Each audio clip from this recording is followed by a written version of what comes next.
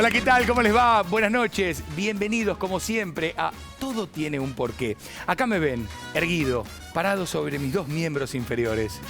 Como casi... Bueno, ya están sentados. Pero ¿por qué caminamos erguidos? ¿Por qué dejamos de andar en cuatro patas a partir de la teoría de la selección natural, la teoría evolutiva de Charles Darwin, y caminamos de esta manera y estamos erguidos? ¿Lo saben? ¿Tienen alguna idea? No lo sé, pero viendo unas radiografías de mi perro vi que su cadera está en la misma posición que en la mía. O sea, lo que difiere, hay que preguntarle a alguien que sabe, por eso estamos acá, lo que difiere es la columna, como que cambia de lugar, ¿no? Qué interesante. No, es interesantísimo. Me quedé helado cuando me dijiste algo.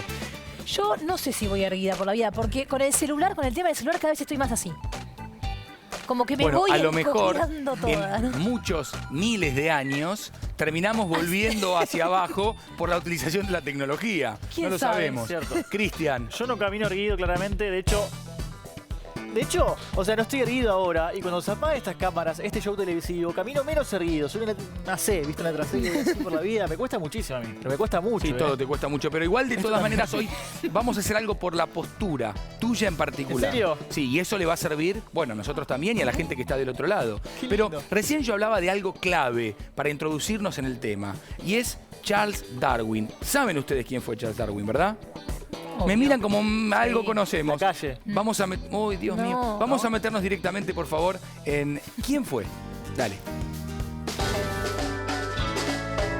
Charles Darwin fue un naturista inglés que revolucionó la ciencia y la filosofía con su teoría de la evolución. Nació en 1809 y murió en 1882, a los 73 años. En 1859 publicó el libro El origen de las especies, en el que postuló que todas las especies de seres vivos evolucionaron a lo largo del tiempo a partir de un antepasado común. A ese proceso lo llamó selección natural.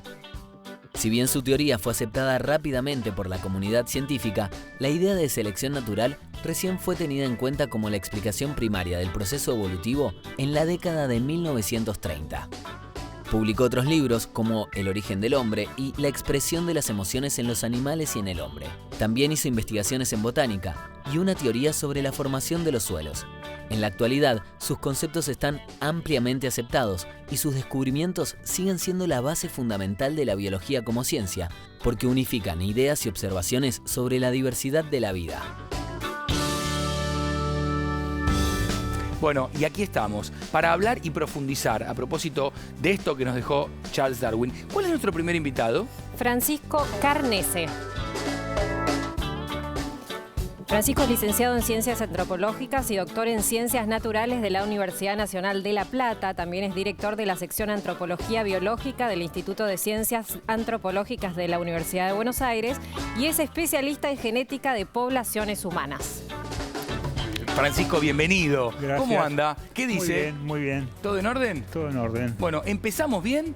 ¿Vamos más o menos por un buen Estuvieron muy rumbo? bien, estuvieron muy bien. ya- Hay algunos avances más de lo que hizo No, ya Darwin, sé, pero como usted es profe, pero digo, a lo muy mejor el alumnado Pero muy bien. se le bandeó. No, estamos muy bien. Perfecto. Bueno, la pregunta que dispara el programa tiene que ver con esto de por qué caminamos erguidos, en dos patas y no en cuatro. Bueno, te comento. Hace aproximadamente 8 millones de años atrás. No voy a hablar de cómo se hacen las dataciones porque necesitaríamos un programa aparte. No, perfecto. Pero de todas maneras, me van a creer. Sí. Hace 8 millones de años atrás se produjo en África movimientos tectónicos muy importantes. Que lo que pasó, lo que sucedió en ese momento fue que se formaron valles y montañas que dividieron de norte a sur a África en una región occidental y otra región oriental. ¿Qué pasó allí? Esa población madre, esa población original de antropomorfos, de los cuales nosotros descendemos, quedaron divididos en dos subpoblaciones. Una población o subpoblación que siguió viviendo en el oeste de África y otra en el este. En el oeste se siguió manteniendo ese clima húmedo, selvático, y ahí evolucionaron, digamos desde los 6 millones de años hasta la actualidad, evolucionaron lo que hoy son los monos antropomorfos, los chimpancés, Los gorilas, el orangután, el Orangután, gibón. sí. En el este, que se fue convirtiendo lentamente en lugares de sabanas, con mayor desertización, ese ambiente fue más propicio para el desarrollo de la postura erecta que en la región central. Y es ahí donde se desarrolló toda la línea de lo que nosotros llamamos los homínidos, que son los primeros que surgen hace aproximadamente 4.500.000 años, ya tenían una postura erecta, pero además era como un mosaico evolutivo. Además de tener la postura erecta, mantenían algunos rasgos de los monos antropomorfos, es decir, las falanges de las manos curvadas, como que todavía tenían alguna vinculación con la vida arborícola. Esa postura erecta, ahora siempre cambia un poco esta situación porque hay otros descubrimientos que lo hacen extender un poco más en el tiempo. Pero nosotros, esa población madre que se separó por un lado, que dieron origen a los homínidos para llegar a lo que nosotros somos, el Homo sapiens, se separó hace 6 millones de años. 6 millones de años. Y cada uno, esa divergencia... Es interesante porque, claro, uno puede decir, nosotros, hay como una idea, ¿no? Nosotros descendemos de los monos. No, nosotros descendemos de un antepasado en común con ellos. Exactamente. ¿No? Y eso fue derivando, ¿no? Recién hablaba de esta diferencia de lo que pasó hace 8 millones de años, ¿no? Del este y el oeste, y las condiciones y el contexto que hizo que en el caso de nuestros verdaderos antepasados vayan adquiriendo esta forma. Después vamos a hablar del pulgar, que fue un cambio muy importante. Pero a propósito, para meternos también en este tema que tiene que ver con los monos, con parte de los monos, hay alguien que fue a investigar un poquito más. Connie, ¿no es así, Connie? Exacto, fui a ver a los monos porque los monos tienen muchas cosas en común con nosotros porque son como parientes lejanos. Como ese tío que no ves nunca. Ahí lo tenés atrás al tío. Y te lo cruzás en Navidad y lo empezás a mirar y decís, algo de este animal tengo. Bueno, los monos pasa más o menos lo mismo. ¿Quieren ver más características comunes que tienen los monos con nosotros? Sí. Veamos la nota.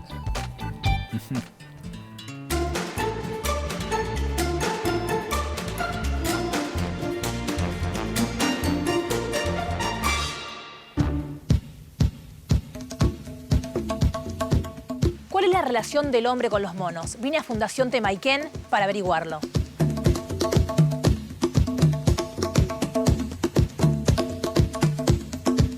Bueno, eso que venimos del mono en realidad es una evolución de ancestros que eran los mismos para ambas líneas, digamos. Eso es lo que Darwin dijo, que veníamos de antecesores comunes. Pero en realidad no es tanto como venimos del mono, sino que los monos actuales y nosotros hemos evolucionado a lo largo del tiempo conjuntamente, digamos, y por separado. Y ahora, ¿y ellos? Nosotros caminamos así erguidos. ¿Ellos pueden caminar erguidos? Ellos, claro, cuando nosotros hablamos de monos, hablamos en general de todos y en realidad hay mucha variedad. Entonces ahí aparecen los que son los simios o grandes monos, que son los que comparten la familia con nosotros, que son los homínidos. Sí. Ahí tenés a los bonobos, los chimpancés, los gorilas, nosotros y los orangutanes. Todos ellos tienen una relación mucho más cercana a nosotros genéticamente que a los que llamamos monos, que son los que tienen cola o no están dentro de este grupo. Entonces, dentro de estos que son los grandes simios, ellos también pueden caminar erguidos cuando quieren hacerlo. Solo que la evolución no los llevó hacia ello, sino que los llevó hacia una forma intermedia, digamos, porque todavía tuvieron que seguir viviendo en los árboles o tuvieron que usar todavía del manejarse con los cuatro miembros en el suelo.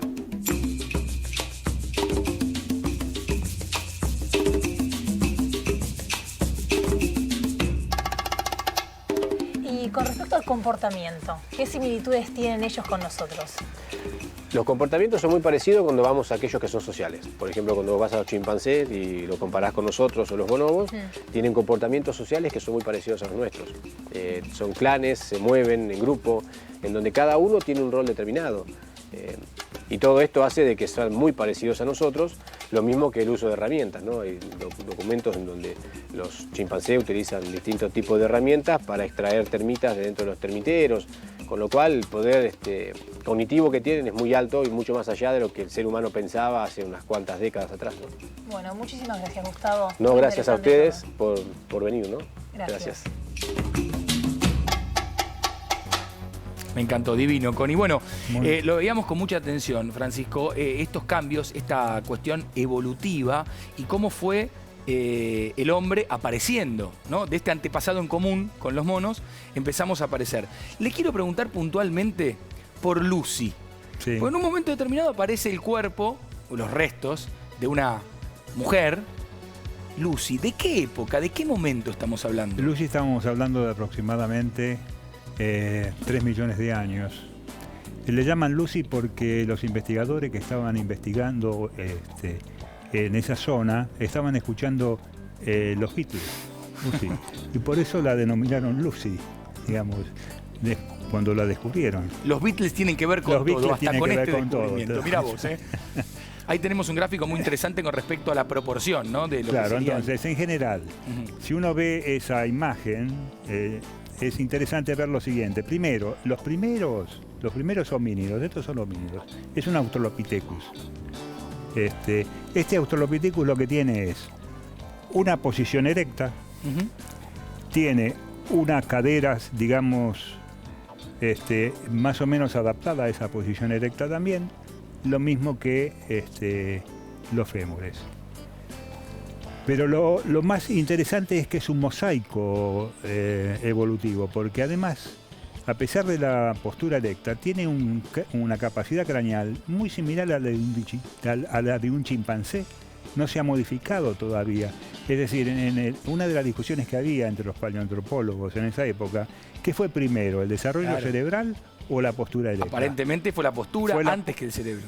Primero la postura erecta. Ustedes van a ver después, si bien no es lineal la evolución, sino que es, digamos, como las ramas de un árbol.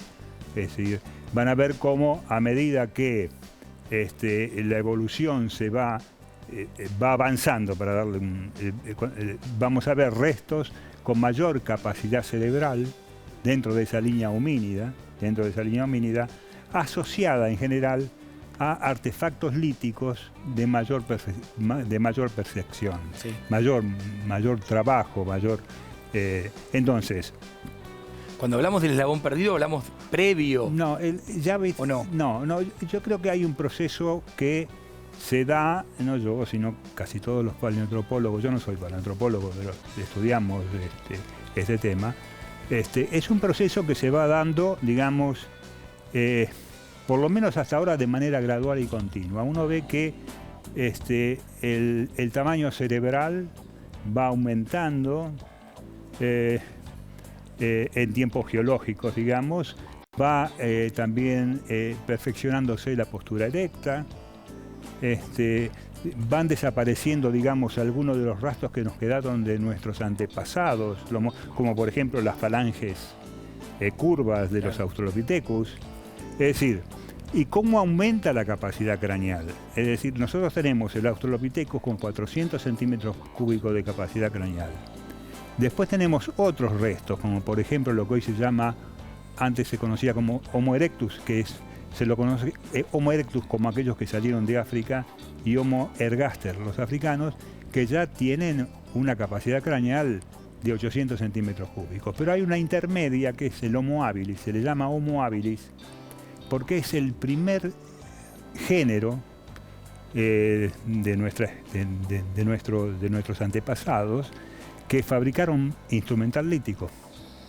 Es decir, está asociado a la producción de instrumental lítico, pero ya con un cerebro de entre 700 y 750 bueno, de todas centímetros maneras, cúbicos. Francisco, a ver, tiene lógica que haya sido primero el hecho de la postura y después el crecimiento craneal, porque digo, la postura tuvo que ver con un ecosistema, con un contexto, el hecho de gastar menos energía al trasladarse en distancias más largas, de controlar la temperatura mejor a propósito de esta energía, de poder visualizar alimentos o enemigos. Entonces digo, es lógico que haya que primero sea la postura y después, bueno, cuando empezaron a erguirse, empezó también el cerebro a Bueno, esto en miles y millones de años, ¿no? No es un tema. Estamos hablando de un proceso que se dio entre los 4,5 millones hasta la aparición del primer Homo sapiens, es decir, nosotros, hace 200.000 años.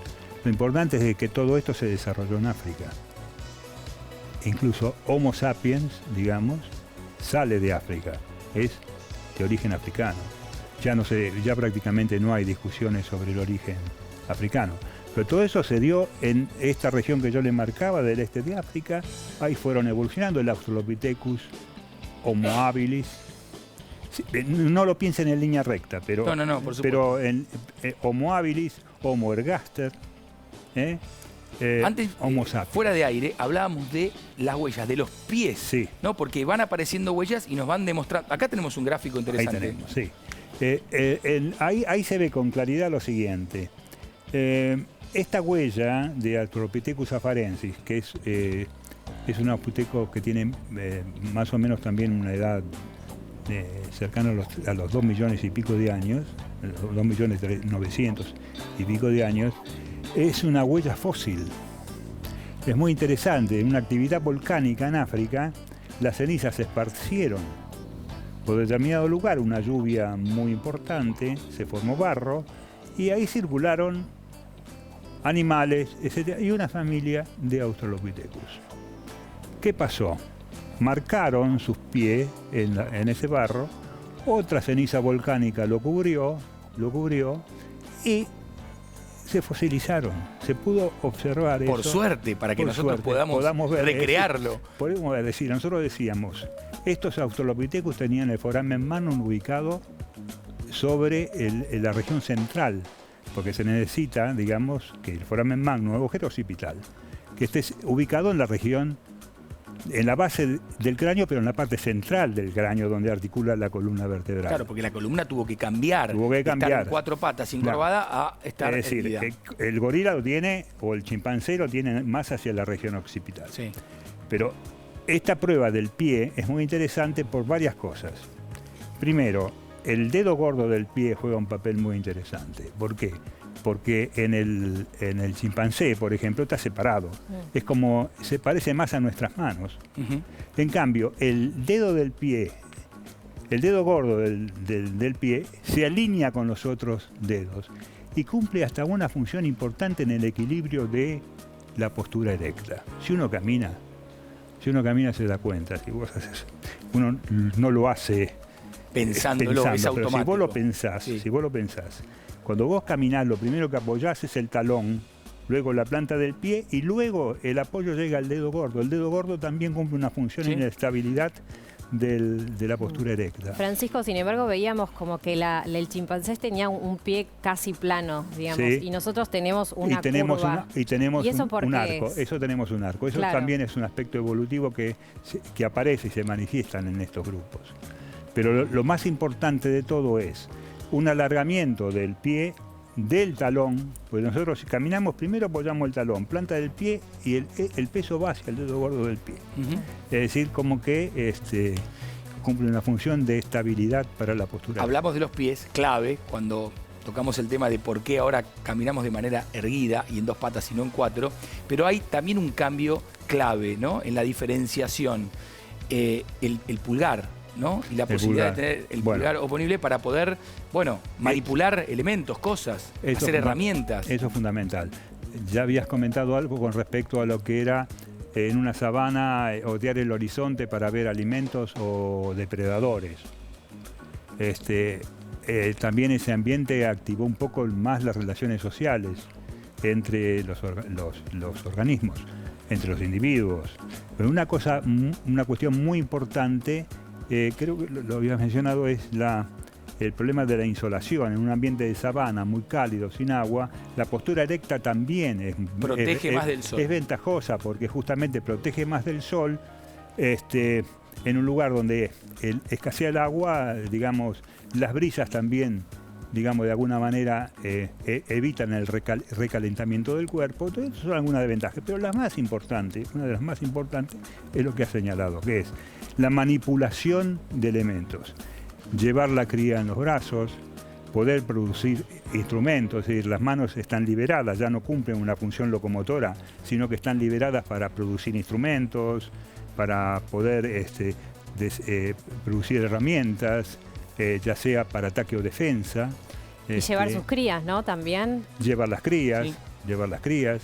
Y por ejemplo, en ese proceso la dieta también jugó un rol muy destacado, porque en general gran parte del proceso evolutivo la dieta fue vegetariana.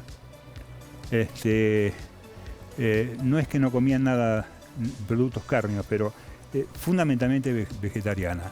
Entonces, con la fabricación de instrumentos líticos también pudieron carnear animales. Claro. Eran carroñeros más que cazadores inicialmente. Las proteínas cárneas también son de más fácil digestión que las vegetales, porque las que tienen celulosa generalmente tardan más es decir, es un gasto energético mayor. La dieta cárnea, además de digamos, favorecer a nivel calórico, también jugó un rol destacado en el desarrollo del cerebro, independientemente de Claro. ¿Por qué? Porque en lugar de gastar energía del organismo para mantener un tubo digestivo muy grande y muy costoso energéticamente, también, digamos, fue aprovechado con la dieta cárnea para el desarrollo del encéfalo. Tenemos para ver justamente esto que contábamos y para fijar más conceptos con respecto a el tema del pulgar, que fue Sí. clave en la evolución. Vamos a ver. El dedo pulgar de la mano humana es completamente oponible a los otros 4, es decir, que puede tocar a los demás dedos desde su punta hasta su base e incluso la parte superior de la palma de la mano. El pulgar forma con los otros dedos una especie de pinza. Esta característica nos da una ventaja evolutiva muy grande. Ese detalle es la clave que explica por qué el ser humano, a diferencia de cualquier otra especie, puede fabricar cosas. Se cree que este desarrollo evolutivo llevó unos 3,5 millones de años. Además, este dedo tiene muchos usos y significados. En la cultura occidental, si levantamos el pulgar y dejamos la mano cerrada, implica aprobación a algo, como cuando nos gusta una publicación en las redes sociales. Cuando el pulgar va hacia abajo, no nos gusta tanto. El dedo pulgar también se usa para dejar huellas dactilares en un documento, y con la explosión de la tecnología se convirtió en un vehículo para la comunicación. Si queremos escribir a grandes velocidades en la computadora o en el celular, es fundamental el uso del pulgar. También usamos el pulgar para hacer dedo en un camino. Lo ideal es dirigirlo hacia el destino al que queremos ir, por supuesto. Ahí estamos. Bueno, Muy bueno, muy bueno. a propósito del pulgar, ¿cómo lo ve el programa? Muy lindo, muy Hágame bueno. con el pulgar, sí. No, Así, te estoy claro, haciendo así, déjamelo, si te lo estamos puedo hablando. hacer con los dos, mirá. Francisco es un crack. Perfecto. Voy a sumar a alguien. Sí. Vamos a sumar, porque obviamente estamos hablando de la postura, de esta postura erecta. Pero no es lo mismo la postura que tiene Cristian o yo a la postura que tiene nuestro invitado, que vive de esto. ¿De quién se trata? Iñaki Urlesaga es un bailarín clásico y coreógrafo argentino. Nació en La Plata, donde comenzó sus estudios en el Instituto Arte y Ballet. Luego ingresó al Instituto Superior de Arte del Teatro Colón de Buenos Aires. Por su promedio de 10, obtuvo una beca de perfeccionamiento en The School of American Ballet. Su carrera profesional comenzó en 1991. Desde entonces, su crecimiento fue constante y a pasos gigantes. Fue primer bailarín del Teatro Argentino de La Plata, del Teatro Colón de Buenos Aires y del Royal Ballet de Londres. A lo largo de su carrera, actuó como primer bailarín y como artista invitado en los escenarios y festivales más prestigiosos del mundo. En el año 2000, creó su compañía Ballet Concierto. Desde 2003, desarrolló una reconocida carrera como coreógrafo, con un gran éxito de crítica y público. Bueno, estamos con Iñaki y es un placer recibirlo. ¿Cómo te va, Germán? Sabés que te tengo un gran respeto, gran cariño y admiración. Y él, le digo a Francisco, él es como una instancia superior en la evolución. Sí, no, Bueno, claro, lógico. Claro, porque este tipo no solamente camina como nosotros, ya está en otro nivel. Vuela, Él vuela. vuela. no te creas tanto. Igual un poco comprobar toda la teoría de este señor es bastante complejo, te digo, ¿eh? No me formé ni académicamente ni en la danza como para refutar tantas Pero perdón, a teorías. mí me Pero interesa qué mucho, bien. y por eso la invitación, porque la postura, ya pasamos toda la primera etapa, ¿no? Ya el hombre está en sus dos piernas y demás. Y aparece el baile y posturas que son diferentes. Uno está mucho más erguido. ¿Eso lo traes desde muy chico, a partir de la danza, de la escuela? ¿O ya vos tenías esta particularidad? Va por dos lados, me parece a Sí. mí. Uno, la elegancia me parece que es inherente al ser humano. No tiene que ver ni con una ¿Qué formación. vas a hacer, Cris? Es así. Claro. A mí me parece que eso nace con uno. Bien. Y por el otro lado sí tenés la tecnicatura o la forma que te dicen de bailar, que a mí no me sirvió mucho porque ¿No te sirvió? la descubrí por otro lado y es con lo que me manejo hoy en día. ¿Y por dónde la descubriste? Yo cuando era bastante más chico, en mi adolescencia, tuve unos problemas de columna que desencadenaron en estar prácticamente 4 meses parado. Y conocí a un profesor fabuloso de Pilates, que fue quien me reeducó, quien me enseñó cómo era mi organismo funcional, y mira, yo ya de acuerdo a lo que lo nombra él me incorporo. Fue donde yo realmente descubrí para qué servía el cuerpo, cómo yo debía de usarlo y qué herramientas tenía como para poder en base a ellas solventarme, mantenerme y disponer de él. Cuando me dijiste 4 meses parado, ¿4 meses sin hacer nada o Sí. 4 meses parado No. sin poder acostarte? No, Mujica no fui, que pobre estuvo 4 meses parado.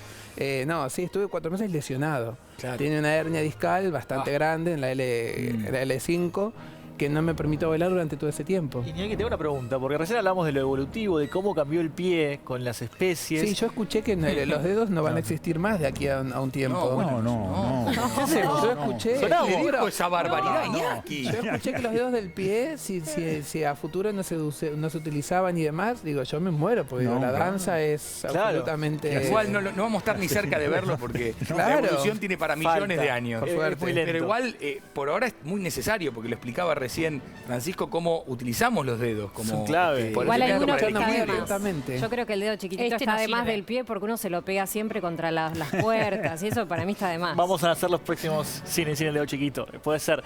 Pero sé que muchos bailarines o profesores de danza, porque han Que ido no es lo amigas, mismo, ¿eh? que no es lo mismo, pero muchos profesores de danza que le dicen a bailarinas, a estudiantes, tenés buen pie, me gusta Sí. tu pie. Son iguales para mí los pies. Claro, no, No. pero para la estética de la danza, no, el pie tiene que ser muy cabo. Cuanto más cabo, menos equilibrio además tenés. Porque, digamos, menos la planta del pie se apoya. O sea, mucho realmente, arco. Mucho arco. Mucho. Yo tengo casi el pie plano, no Cuan- podría ser ¿ves? bailarín. Cuanto más arco, claro. No solamente por eso, ¿no? Estaba pensando. Se rió de eso, algo. Iñaki, claro. Bueno, No, el pie plano sería lo de menos en tu caso. No arruinemos tantos años de amistad. ¿Tá? Cuanto el pie más cabo es, mucha menos, más flexibilidad tiene, pero más difícil es para ¿Y bailar. se les modifica a ustedes el pie con tantos años de danza? ¿Va cambiando? Sí, la morfología te cambia. Mira, yo hace muchos años tuve un problema de caderas y me hicieron unas placas. Y ambas caderas mías están rotadas totalmente hacia afuera. O sea que cuando el radiólogo las vio, me dijo, yo no puedo creer que la danza haya moldeado tu... Porque bueno, moldeado mi ser seguramente que sí. Pero mis huesos han quedado rotados hacia afuera porque bueno... Le digo, el Francisco, ping- que es una instancia superior de la evolución. Exacto. Acá lo tenemos. Porque vos- Es el Lucy del futuro. Por ejemplo, lo que vos señalás es justamente una faceta de la evolución humana, es que las crestas ilíacas no están... No están más paralelas, en mí están hacia Están afuera. paralelas. Están abiertas. Sí, a vos Están rotadas están hacia rotadas. afuera. Y yo estaba Ay, pensando... Puedo traerte los documentos. Por el baile. Por el baile. Porque yo empecé a muy Extraordinario. temprana edad. Yo empecé a bailar en el andador. A mí, ¿Cómo? yo Qué soy- precoz, querido. En ¿eh? el andador. Mi abuela se hartaba de que, bueno, no. En mi época no había babysitters, nannies y de wedding planners. No había tanto inglés dando vuelta. Entonces me criaba mi abuela. Se cansaría porque tendría un chiquito bastante inquieto. Me enchufaba dentro del andador y me mandaba al patio de atrás, donde había o causalidad o un estudio de danzas. O sea, yo adentro del andador aprendí a bailar y hacía lo que hacían los nenes afuera. Y justo que estás hablando de esto de cuando eras chiquito, yo estaba pensando el tema también de los músculos, porque los nenes cuando nacen la columna la tienen perfecta, ahora no pueden caminar erguidos. Hay una cosa de equilibrio y también de tener los músculos desarrollados para poder estar bien parados.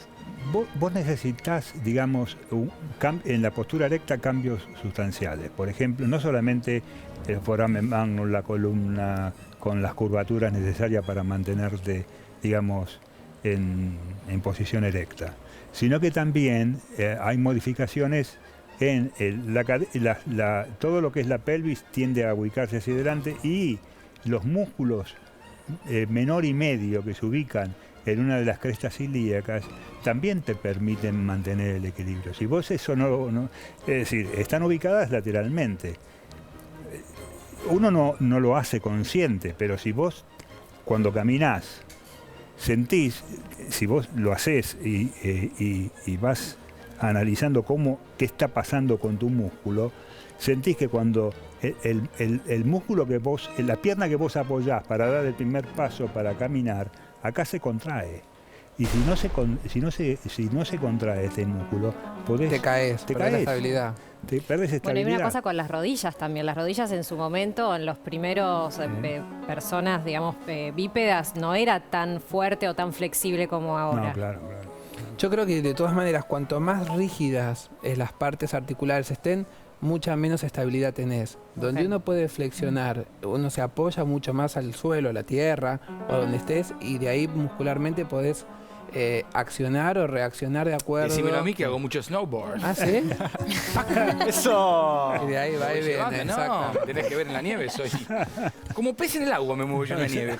Bueno, tenemos que hacer una pequeña pausa. Me gusta que ya empecemos con este ida y vuelta y empiezan a llegar muchísimos mensajes con respecto a preguntas que la gente tiene y que quiere que nosotros abordemos en este programa.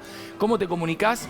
¿Por qué? @mandarinatv.com. Redes sociales, el Twitter y el Instagram es ¿por qué? _TV y el Facebook es @todo tiene un porqué. Así que ahí nos estamos comunicando. Hacemos una pausa. Cuando regresemos, este señor, Iñaki Urlesaga, le va a enseñar a Cristian y a todos nosotros posturas para mejorar. ¿Puede ser? Sí, me dice. Ni me contestó, pero yo digo sí. Pregunta para ustedes, para que juguemos juntos. Vamos.